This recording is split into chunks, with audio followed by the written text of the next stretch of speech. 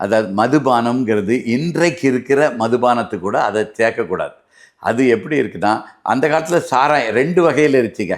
மரத்திலிருந்து, தென்னை மரத்திலிருந்து, ஈச்ச மரத்திலிருந்து, பனை மரத்திலிருந்து எடுத்து அதை ஃபெர்மெண்ட் பண்ணி அதிலிருந்து எடுக்கக்கூடியது ஒன்று.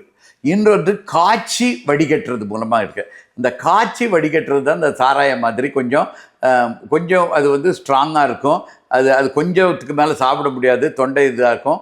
அது ரொம்ப அதிக அளவில் போதை தரும். இந்த 2 இதுவுமே அந்த காலத்தில் இருந்திருக்கிறது. நம்ம சங்ககால பாடல்களில் ஏராளமான பாடல்கள் இருக்கின்றன.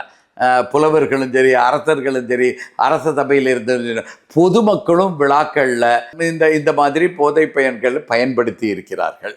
ஆனால் எந்த அளவுக்கு பயன்படுத்தியிருக்காங்க, எந்த நாட்களில் குறிப்பிட்ட அவங்க வந்து குடிகாரர்கள்ங்கிறது என்னென்னா, தினமும் அவனுக்கு குடிக்கலைன்னா கை ஆடையிடும். அப்படி கிடையாது. இந்த திருவிழாவில் குடிப்பார்கள் என்றால் அடுத்த திருவிழா வரைக்கும் அந்த நினைப்பே வராது. அப்போ அந்த இறைவனுக்கு படைத்து விட்டு நாம் குடிக்கிறோங்கிறது ஒன்று.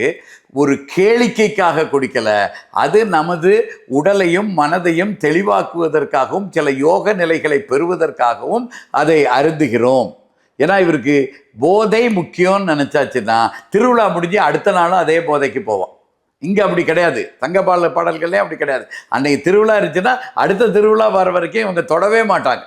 அப்போ இதையும் போதைப் பொருட்கள் கூட கணக்கு வைக்கக்கூடாது.